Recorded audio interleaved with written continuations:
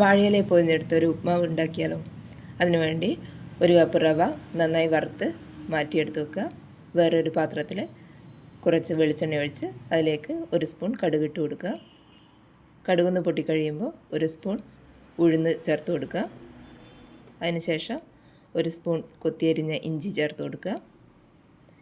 അതിലൊന്ന് വഴറ്റി കഴിയുമ്പോൾ ഒരു മീഡിയം സൈസ് സവാള ചെറുതായി അരിഞ്ഞതും കൂടി ചേർത്ത് കൊടുത്ത് നന്നായി വഴറ്റിയെടുക്കുക. അതിലേക്ക് 1/2 കപ്പ് ചെറുതായി അരിഞ്ഞ ക്യാരറ്റ് കൂടി ചേർത്ത് കൊടുക്കുന്നുണ്ട്.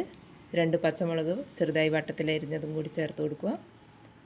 എല്ലാം ഒന്ന് മൂത്ത് വരുന്നത് വരെ നന്നായി ഒന്ന് വഴറ്റി കൊടുക്കുക. അതിലേക്ക് 1 സ്പൂൺ ഉപ്പ്, 1/4 ടീസ്പൂൺ മഞ്ഞൾപ്പൊടി ഇട്ട് നന്നായി ഒന്ന് വഴറ്റി കറിവേപ്പിലയും കൂടി ചേർത്ത് കൊടുക്കുക. അതിലേക്ക് 2.5 കപ്പ് വെള്ളമാണ് ഇവിടെ ചേർക്കുന്നത്. 1/4 കപ്പ് പാലും കൂടി ചേർത്ത് കൊടുക്കുന്നുണ്ട്. ഇതെല്ലാം കൂടി ഒന്ന് തിളച്ച് വരുമ്പോൾ വറുത്ത് മാറ്റി വെച്ചിരിക്കുന്ന റവ കൂടി ചേർത്ത് നന്നായി ഇളക്കി കൊടുക്കുക. എല്ലാം ഒന്ന് ഇളക്കി യോജിച്ചതിന് ശേഷം 2 ടീസ്പൂൺ നെയ്യ് കൂടി ചേർത്ത് നന്നായി ഒന്ന് യോജിപ്പിച്ചെടുക്കുക.